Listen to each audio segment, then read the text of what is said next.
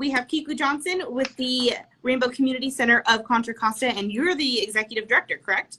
I am for a whole 7 months now. Oh, nice. Yes. How are you enjoying it? It's been really short from a roller coaster, a really fun roller coaster in the best amusement park available.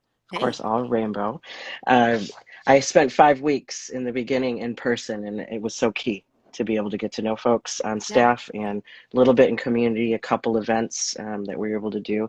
And then the rest of the time has been a lot of learning and pivoting and really listening and reaching out to community, including our staff. That's good. Yeah. So you're new 7 months in, so why don't you go ahead and tell us a little bit about yourself? Yeah.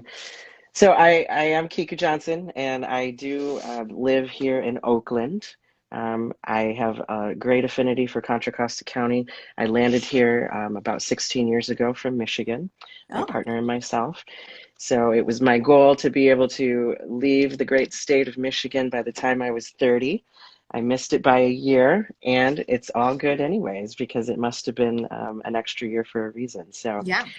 been in the Bay for 16 years, and I've been so lucky to work at some incredible nonprofit organizations that are very meaningful to me. And when I first came out here, I was someone who was assigned female at birth.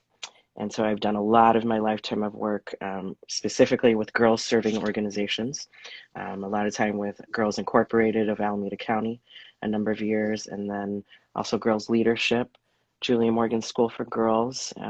And during that time, my partner was involved with Special Olympics of Northern California, which is based out of Contra Costa County, and was able Oh, to do a lot of great work with young people I was working with and bringing them to events and volunteering with Special Olympics. And I spent a few years really getting to know some of the inner workings of the county and just the day-to-day folks, and what it means to be a member of the county. So for me, the last 8 years have been very amazing, where I was able to travel the country and do a lot of um, conference presenting, talks, trainings on sexual orientation, gender identity and expression, what we affectionately call SOGI. And we like to say everybody's got a SOGI, even if you don't have a sexual orientation or a gender identity. So LGBTQI plus is still a very hard fought and important acronym that shares our identities. And SOGI is just a way that everybody can enter the conversation, which is a little bit of a spin on making sure that we're really raising allyship and education and awareness. So a lot of my time has been involved with education. A lot of it has been youth direct service, which I miss deeply, especially in this time. And I'm someone who's now an out trans male and identify as such in the world, and feel really blessed to be able to have worked at a lot of organizations and met a lot of people that had kind of helped me educate along the way. I have to say that coming out later in life as transgender in my mid 40s a few years back was a huge decision for me to navigate. And so to be able to have the wisdom of community of the Bay Area and also other experiences residentially at retreats and working with the Pacific Center in Berkeley, and now here at Rainbow, I feel like I've landed in a place that really fits well with the work that's at hand for me personally and right. also in community. So that's a little smidge about who I am and where I've No, come from. that's great. You've done a Yeah. lot of work yourself and your partner and just giving back to the community, across the nation. That's a huge accomplishment. Thank you. So today is actually, and one of the reasons why we chose today to feature the Rainbow Community Center is we had seen it as LGBTQ, but I'm going to expand it to LGBTQI plus Center Awareness Day. So how did the Rainbow Community Center get established? Yeah, so we were dealing with a different epidemic that still has its pervasiveness in our communities across the world, with AIDS in the late 70s, all through the 80s, the 90s. And at the time, it was such an impact, as many of you all may know that are listening in and watching, that, being here in the Bay Area, also places like New York City, a lot of the areas that were much more affirming and there were spaces for our queer community. Having been hit with the AIDS epidemic for over 2 decades, it's something that really called the need for spaces and places to gather, to connect, to raise up one another. And that was very much what was happening in Contra Costa County. We are still the only LGBTQI center in the county and named Wow. program as such for 25 years now, since 1995. The fall of 1995 is when a group of incredible women at the time, 5 lesbians, got together and decided, with community of many gay men as well, cisgender gay men, men that were born men, and that was something that they decided we really need to have a place and a space that's identified so that we can create more visibility and awareness for everybody, inclusive of education, so that we can hold our community and celebrate our community. So out of that, the Rainbow Community Center was born at the time. So That's late 1995, and then really getting involved with launching program in the beginning of 1996. okay. So how did they choose Concord to be that place for everyone to go to? Yeah, there's a centralized aspect around the corridor. I'm sure people know from the county being what is called Central County. And so to be able to have a space at the time, for what people could see, that made sense to be able to have something visible that was also near public transportation, BART, for example, and also a city center of the county, if you will. I wouldn't say that necessarily, Concord is the capital of the county. That is not at all what I'm trying to onward with. We have a lot of affinity and love for Concord. And I know that we've been in our building for close to 10 years, and we have strayed a whole mile and a half down Willow Pass to be sharing space with Putnam Clubhouse, which was really beautiful at that time before my time being with the organization. So I think we've kind of resonated with this space because it's been a long time lease.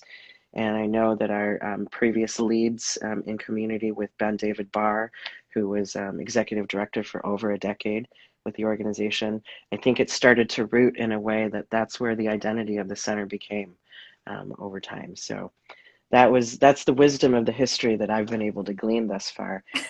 But I do want to encourage folks, as we dig into history in this week, it is a virtual Pride. It's also our 25th anniversary. We're celebrating on the 25th next Sunday with a virtual program. So there will be oodles of history with great interviews of folks talking about how the center got started, kind of their journey in community, and kind of what was happening during the time of those first few years in politics, the implication, how legislation shifted things, and movements as well. So just wanted to do that plug because it just so happens to be, yes, LGBTQI Center Day, and also at the end of the week, our anniversary celebrating. That's so much fun. So why don't I'm going to skip ahead in my questions. Why don't Yeah. you go ahead and talk about Pride Week going on and the anniversary that you guys will be celebrating? Yeah. Thanks, Melissa. I know clearly I keep bringing up virtual Pride. It's like No, it's very exciting. present for us. So yeah, I would love to share a little bit of how we kind of ideated and got to this place this year too. I think for many of the watchers and listeners right now, when you're thinking about Pride, a lot of folks really associate June. June has been traditionally the month for many, many years that we kind of convene. It's the beginning of the summer. We get to be out in all the beautiful ways, and parades and a lot of sharing around arts and just history happened during the month of June. And we sheltered just a few months before that. And I think a lot of us, including Rainbow, we were really trying to be clear about what we needed to be doing as we pivoted. And were we ready to really put on something intentional that was virtual? Were we even committed at that time that we had to be forced to do something virtual? We weren't ready yet. I think we were thinking, oh, these shelter in place orders are going to shift. The behavior of our beautiful country is really going to align with taking care of all of us. And different things came about over the last few months. So we postponed and we decided we need to really be intentional and think about what do the folks need in community right now. And as an organization, what are we doing moving forward with the leadership and the visibility? And part of what we really believe in is centering our most marginalized folks, even within our own community. I think a lot of folks can probably resonate with whatever line of work that you do, or the things that are your passion projects, or how you're connected in community.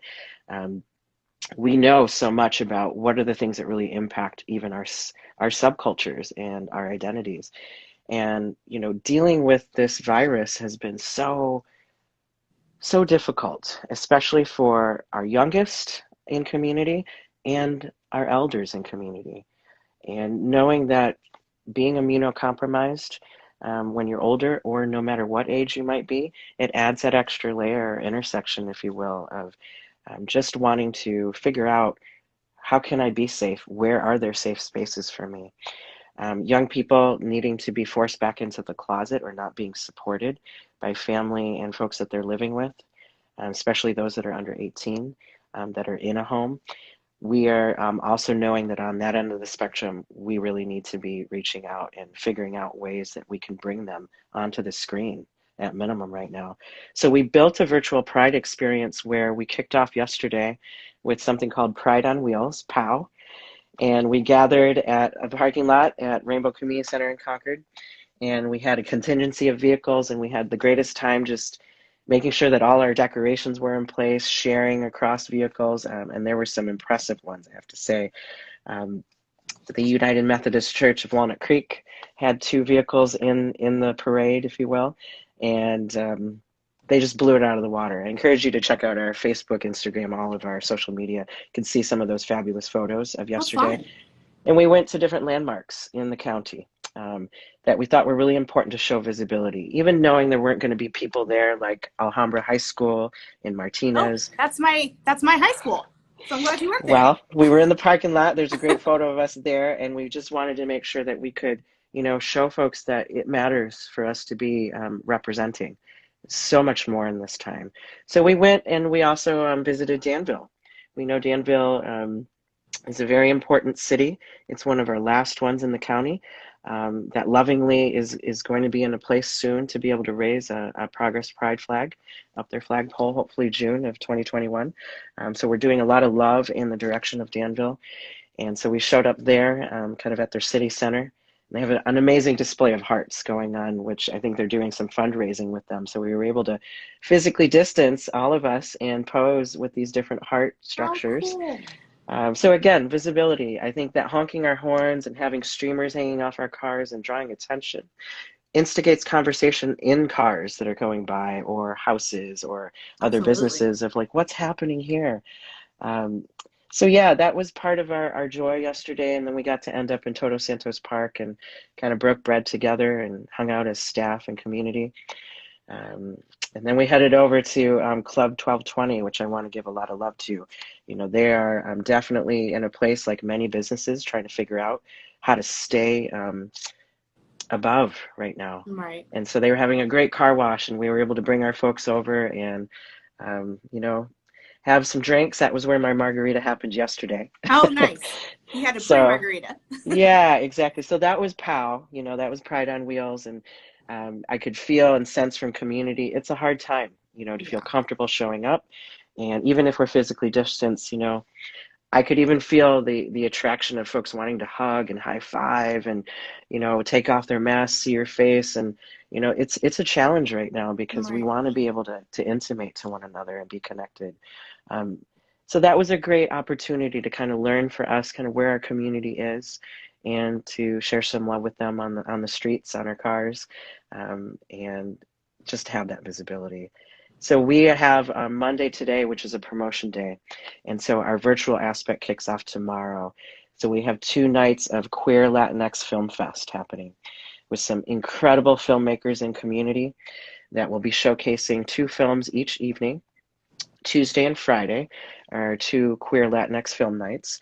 And we'll be having both filmmakers available tomorrow night, and we'll be in conversation with them post Wow. films. So that I really encourage, this is all free. So if I That's could amazing. underscore that a little bit more, this is free. So we'd love for you to just come in on Twitch, even if you're not familiar with that platform, free. You can register for an account so that you can chat, You don't even have to have an account if you want to watch passively, but we want to make sure that we bring, again, those ends of the spectrum. We're talking about our young people and our elders in community, and we just want to make sure that they can see themselves. Can they see themselves reflected on screen, and they can see new material that's out there and folks having dialogue about it. We're having on Wednesday a PFLAG panel that will be live, also broadcasting through Twitch, and that will represent our 3 amazing chapters and community of PFLAG. For folks that are not familiar with PFLAG, it's an old acronym, but I'll at least say it. And it's kind of like Kentucky Fried Chicken, where they just go by KFC, because we've expanded so much. So PFLAG is Parents and Friends of Lesbians and Gays. And we know it's not just about lesbians and gays anymore. So it's really an allied community stepping up around education, identities, and allyship. And that's the theme of our panel, focusing on non-binary identities. So those that don't necessarily identify as masculine or male or female or feminine, we have a whole bunch of amazing community members that identify as non-binary. And we need to elevate and bring more visibility to what that is, because they definitely field a fair amount of negative criticism. Right. And folks being confused. We know we've been socialized so much in community to either judge whether something is male or female when we first encounter it. And their experience is much different, and we need to be rallying there. So that conversation will happen on Wednesday night. And then our Queer Latinx Film Fest Night 2 on Friday. And then Saturday is this beautiful event that we've named Rainbow's Got Talent.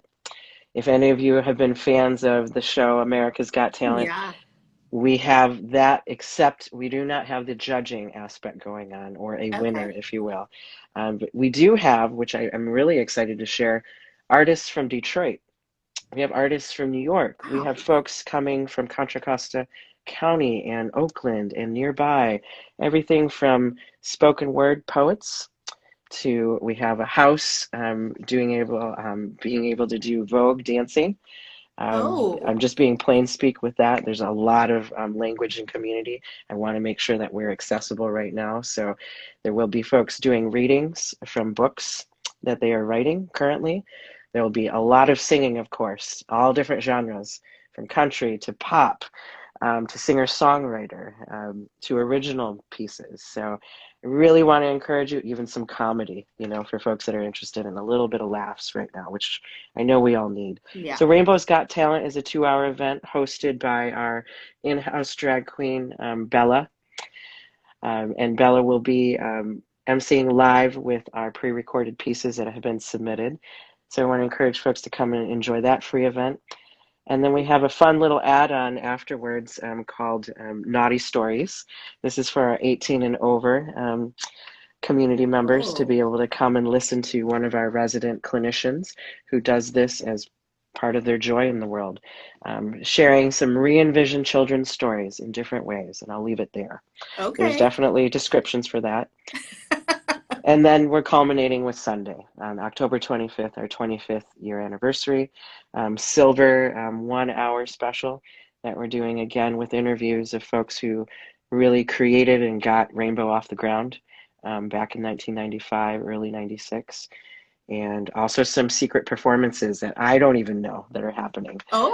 Big surprises then. Yeah, so thank you for listening. That is definitely our week's events that are coming up here, kicking off tomorrow. You guys have a lot going on, a lot of different things too, which is really nice to serve the greater community too. Yeah, definitely. So how many people then does your center serve? Oh my goodness.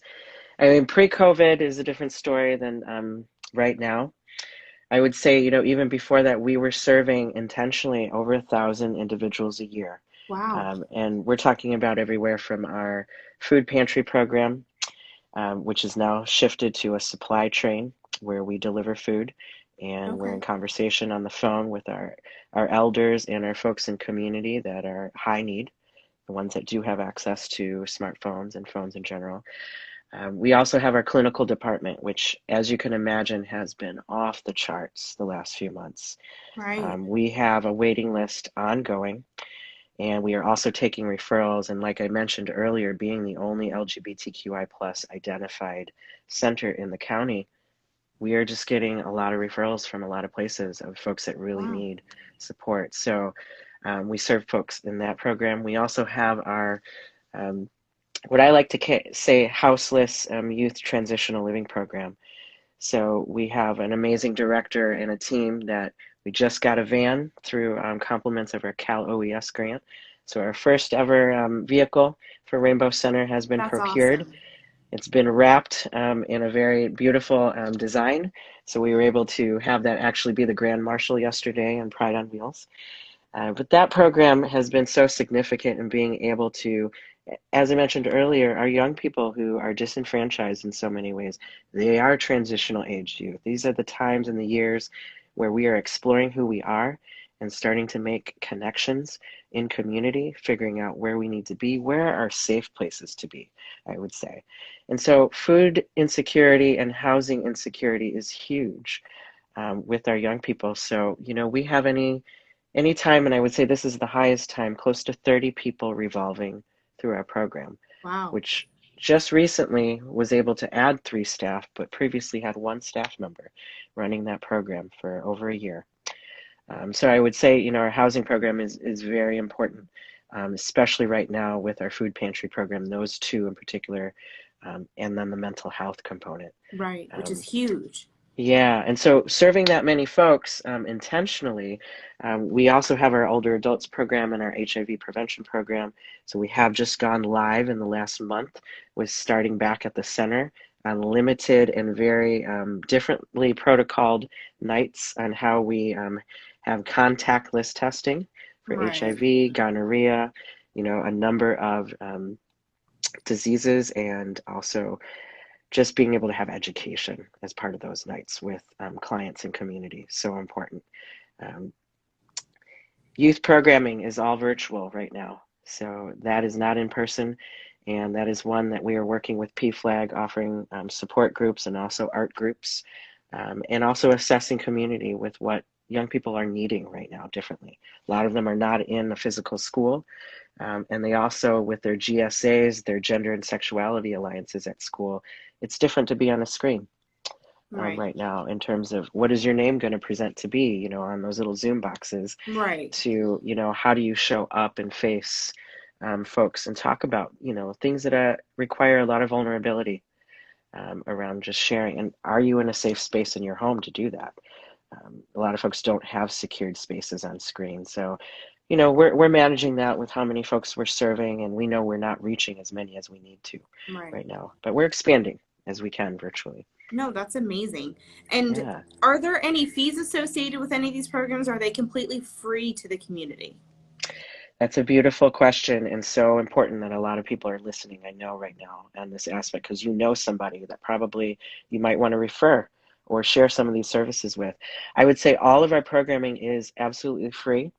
And with Great. our clinical, of course, we need to be able to have a sliding scale, because there are definitely folks in community that can afford in this time. And we're so thankful for them to be able to pay for fees on medical health and also mental health in this time. So, Right. yeah, majority of our programs are free. So as you Wow. can imagine, fundraising is so key in this time period, as monies have been diverted in different ways. So Right. even though this week is free for virtual Pride, we are asking as much as we can for those folks in community that can give.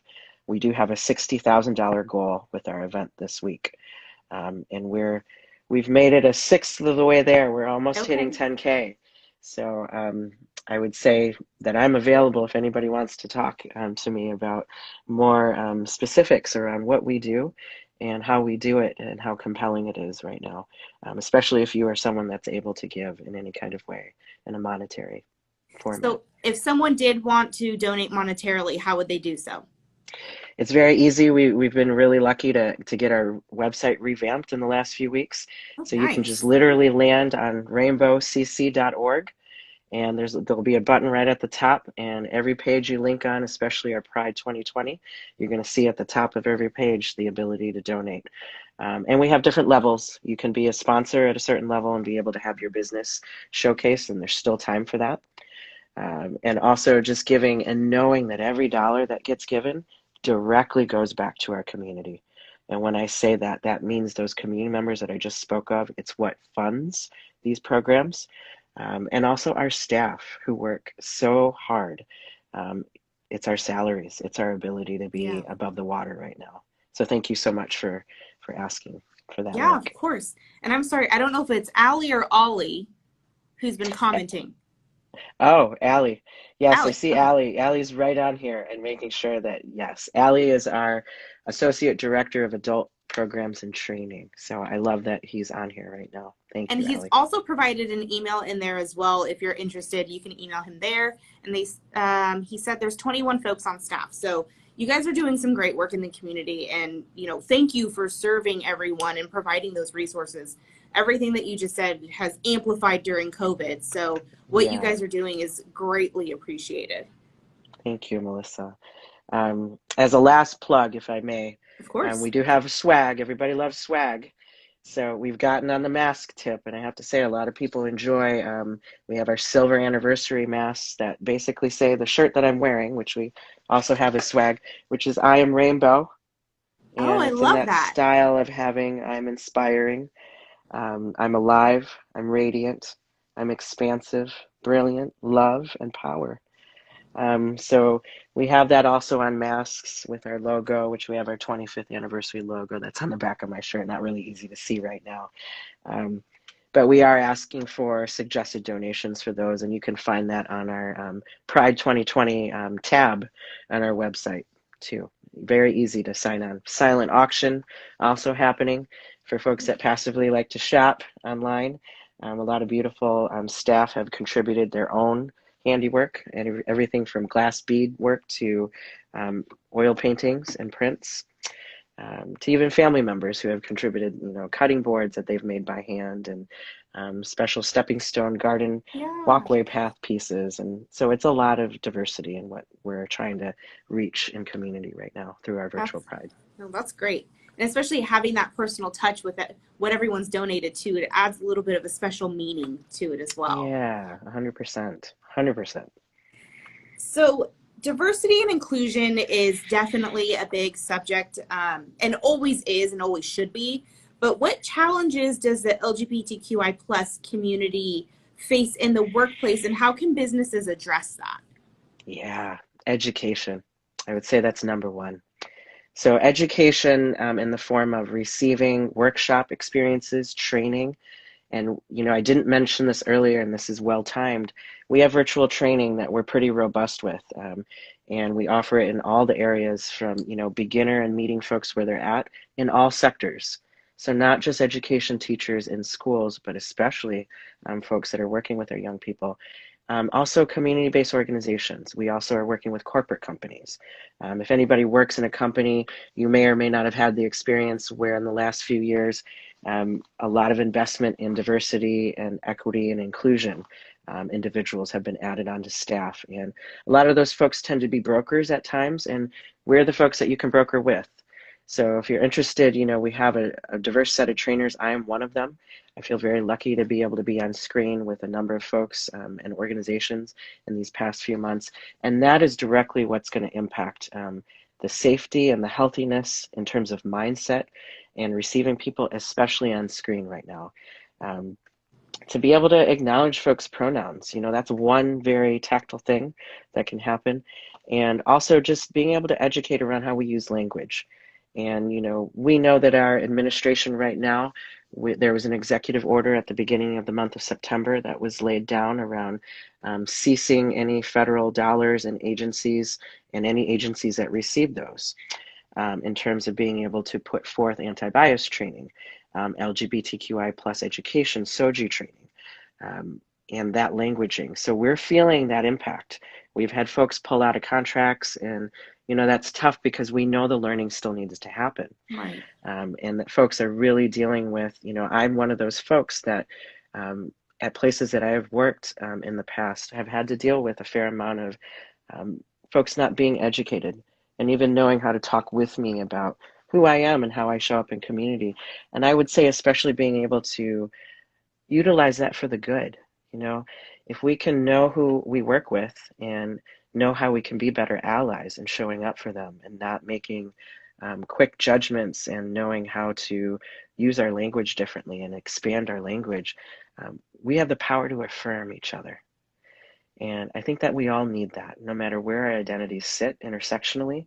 Some of us hold more than one marginalized identity, an identity that's not celebrated in community. That's what I mean when I say marginalized, not getting the most access or equal access to being considered for things or seen. That's what we're educating up around. Okay. So that would be the quickest way, is to be in conversation. Look at our resources. We're going to have digital curricula online available towards the end of the year. So we're trying to meet the need in the new formats that are really prevailing right now.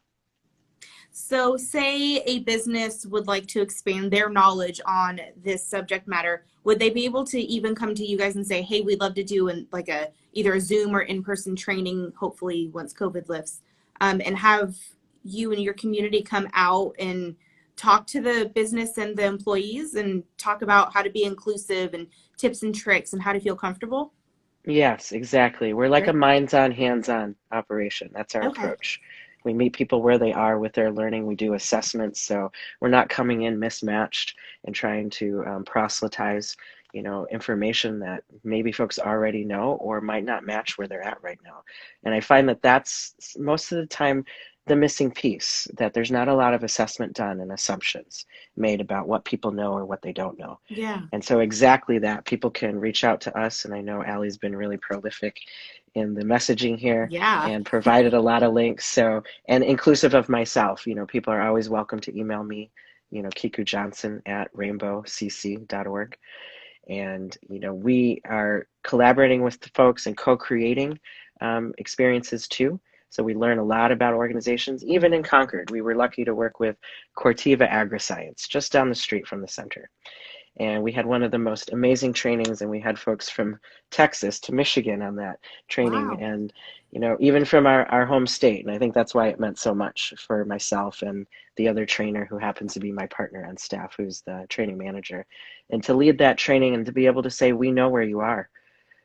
We know what's been going on, everything from a levee breaking in Midland, Michigan that affected a lot of their employees. There's so much going on our planet that I think COVID and other topics are really very much taking center stage, and people are still just trying to navigate day to day their work, their families. So we're trying to make it easier by saying that we can be in conversation with you and create something. It matters to us to not plug and play our offerings, but actually meet the need of what is being said and what is missing, what could be elevated at your organization or company. That's all great information. And you guys go onto the websites that Allie's been putting in the comments. They bring you right to where you need to be. So there's definitely a lot of information. I was on it last week checking it out. The virtual trainings are great, and you just have so much on there, especially in a time where we're living on the internet. It's important, too, to have that easily available for everyone to find. So do you guys partner with other organizations in Concord or even in the county, since you guys are countywide? I know you mentioned Putnam before, who is also a member of the chamber. We love them as well. But do you partner with other organizations to do events or other trainings, maybe as a whole? Oh yeah, I would say, my goodness, there's so many. Recently we were with Good Vibrations, which they have a business office that is in Concord, They and do. they run training. And so we've been able to partner with them to have them work with our HIV population and also our older adults with being sex positive. I think in this time, that's a whole topic around, how can we be connected to one another in all the beautiful and healthy ways. So Good Vibrations, want to do a shout out to them. Andy Duran, their lead educator there, has been so kind, also donating to our silent auction. The county's public health department as well, and behavioral health. I mean, a lot of not only our grants, but our history is tied to a lot of the county organizations. And I can't say that we could be getting as far as we can with understanding, with guidance, and kind of being in community with other folks, albeit on a screen. I've been able to meet and learn so much about what's happening with similar things that people are grappling with at their organizations, in their communities of who they're serving. And also Monument Crisis Center is huge. They're a big supplier.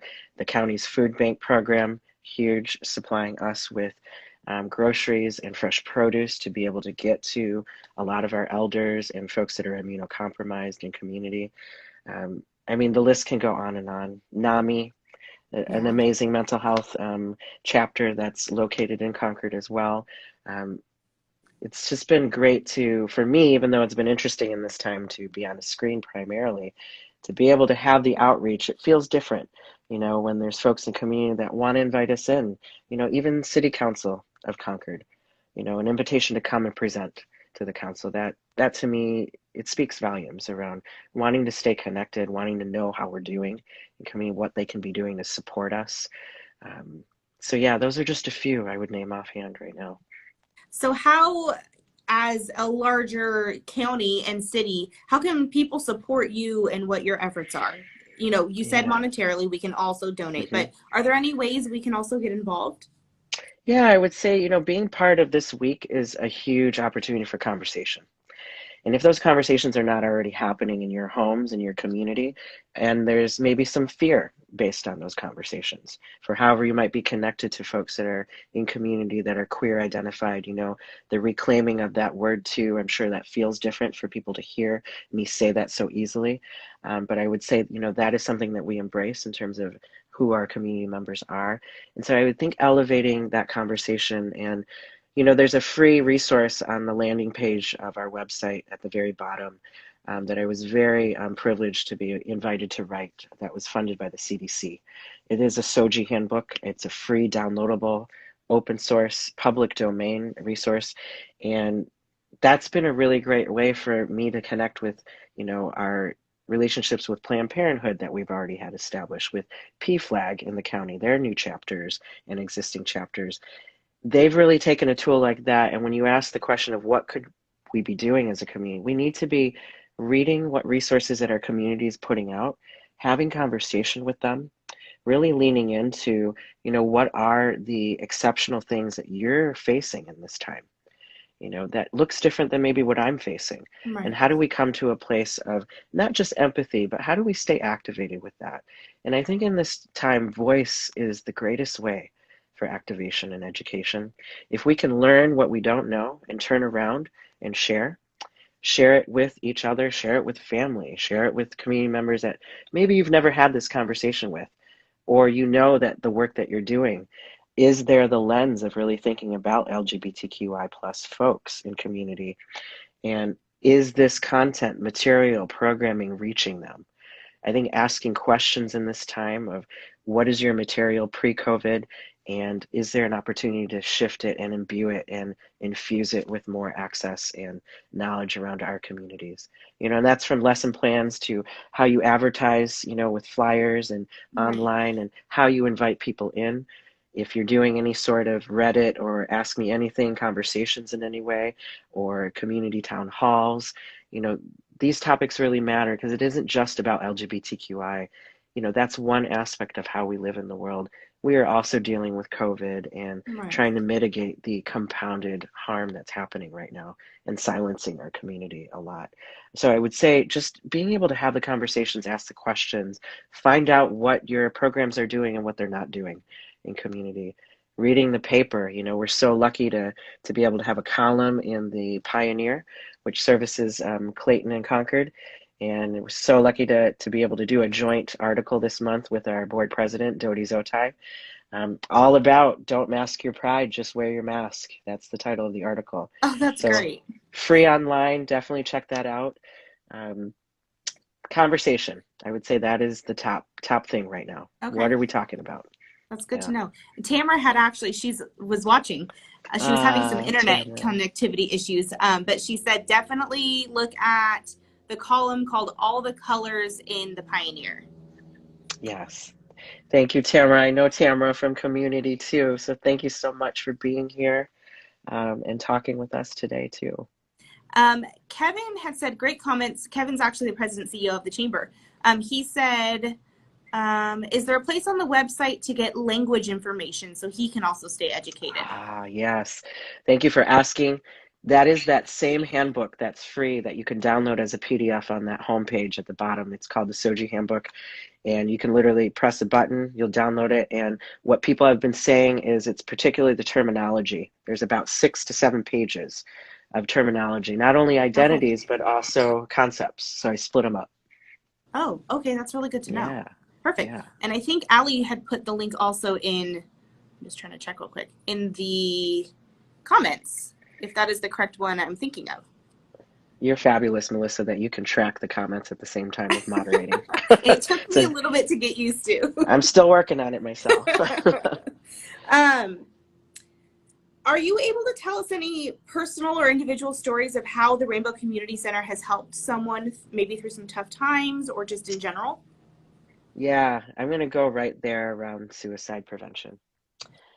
We have a Huge number, topic. huge, and we know we just came off a month, right? That was, Right. and we know it's not just about a month. We know that's to raise visibility, and we know that compounded, we're seeing higher rates of youth harming themselves. The Trevor Project just put out a recent some findings that they did, particularly during COVID, the first chapter, if you will, the first few months of COVID, and how that's impacted our young people. And it's alarming, the rates of ideation of self-harm, and also people actually finding spaces to really hurt themselves in a way that they're not able to come back from. And this again, it is all about visibility. And when you were asking all these questions, Melissa, that's what it comes down to.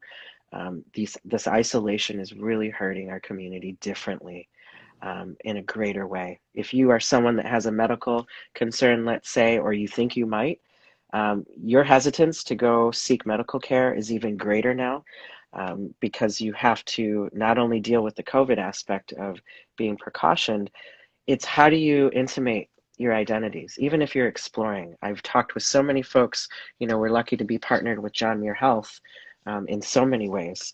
And by simply having a sticker on their badge, that's a rainbow sticker that says, I'm open to talking, or I'm here, or I understand, or, just has the letters LGBTQI on it. Right. That is so resounding. We have had a number of I will just say our housing clients in particular, who have shared, how meaningful. And again, we're looking at our most marginalized folks, not secure housing, not secure food. We're talking about basic needs here. And a number of them in their early 20s sharing that they would not be here. And it's not just because of Rainbow, it's more so that someone listened to them, that someone would have space to talk to them about their situation, help strategize, help find resources, broker. So the power of acknowledgement and conversation, and even saying you don't know something, and you're willing to talk to somebody, even if you don't feel you're educated enough. This isn't the time to be like, I have to go get well read before I can interact. Right. I think there's a lot of beauty in being able to ask questions and also just see people as humans and know that they might be carrying extra intersections, extra ways they're being marginalized that you are not, walking in the world. So a lot of our young people right now and our elders, so again, going to both ends of the spectrum, um, higher rates. I just was talking with someone at Club 1220 yesterday, who has a really dear friend and community, who did attempt to harm themselves. And, we're talking about someone who's in their late 80s. We know that our community is disenfranchised sooner than later, in our lifetimes, because we tend to have our families pull out of connection with us once we out ourselves or we share who we really are in the world. We also get, taken off of a lot of connection points, with friends, family.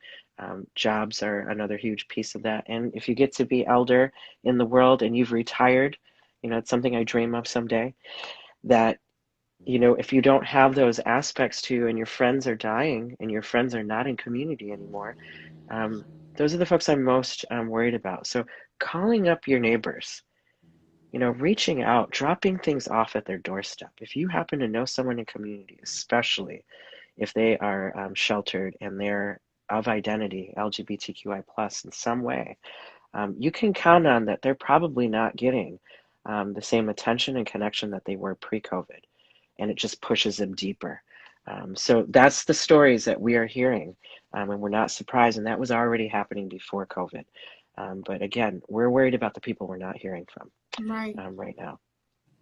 And sometimes too, I mean, I found it even just with friends is sometimes the people that put on the biggest smiles are the ones you have to check on the most. So it's important to stay positive and Yes. check on your loved ones. And even if you might not know someone very well, just having that ear there, just saying, hey, I hope you're having a good day, it can make a difference. Yeah. There's a great story of someone who put out a pride flag, had it year round at their house. And we can do that here in the Bay with our weather, which is beautiful. And, somebody dropped off and they were moving. They dropped off a message that just said, thank you for having your pride flag up. It made it possible and made me know people in community were here so that I could come out. And that was a young Wow. person that said that. So that's not even any spoken words. Symbols matter right now. Again, that's why we did Pride on Wheels. You can't have too many rainbows out there. People know what that means. Right. Um, and we know that we deal with a fair amount of pushback with that, like folks that are in community that are allies, that are putting forth symbols. We know that that makes a difference and we know that matters and we champion those folks too. I know I do.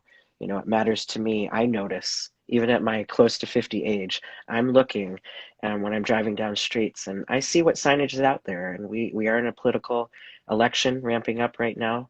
We're less than 2 weeks off, pretty much. Well, exactly 2 weeks, I think, at this point. So, we're looking at signs. We're driving around and we have the fishbowl lens of our cars and our vehicles right now. So let's do good. Let's make sure that if we're printing something off from our computer, if we don't have a flag, putting something in the window like Black Lives Matter, Right. Black Trans Lives Matter, a rainbow flag. Um, I'm an ally. There's a beautiful one that HRC, Human Rights Campaign, puts out as well. Go to their website and check out how they're doing visibility as allies. Um, I'm going to have endless things to say, so I appreciate you asking me that question, Melissa.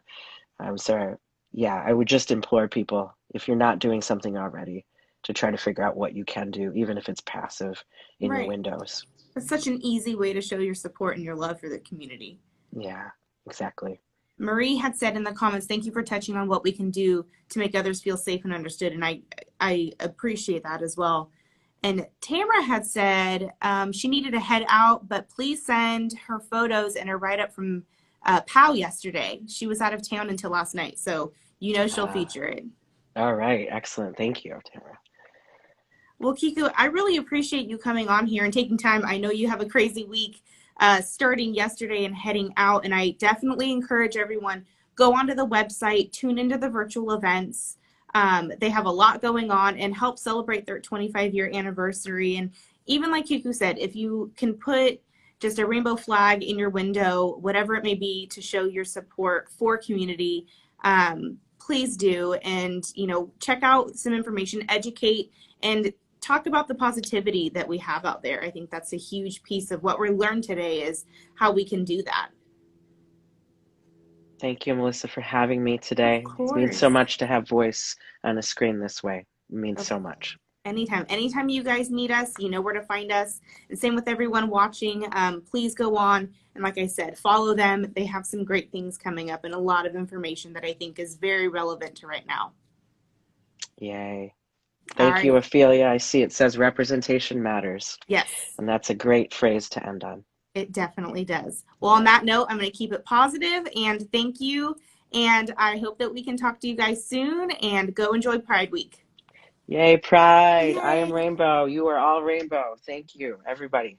Thanks, Kiku. We'll talk to you soon. All right. All right. Bye-bye. Bye.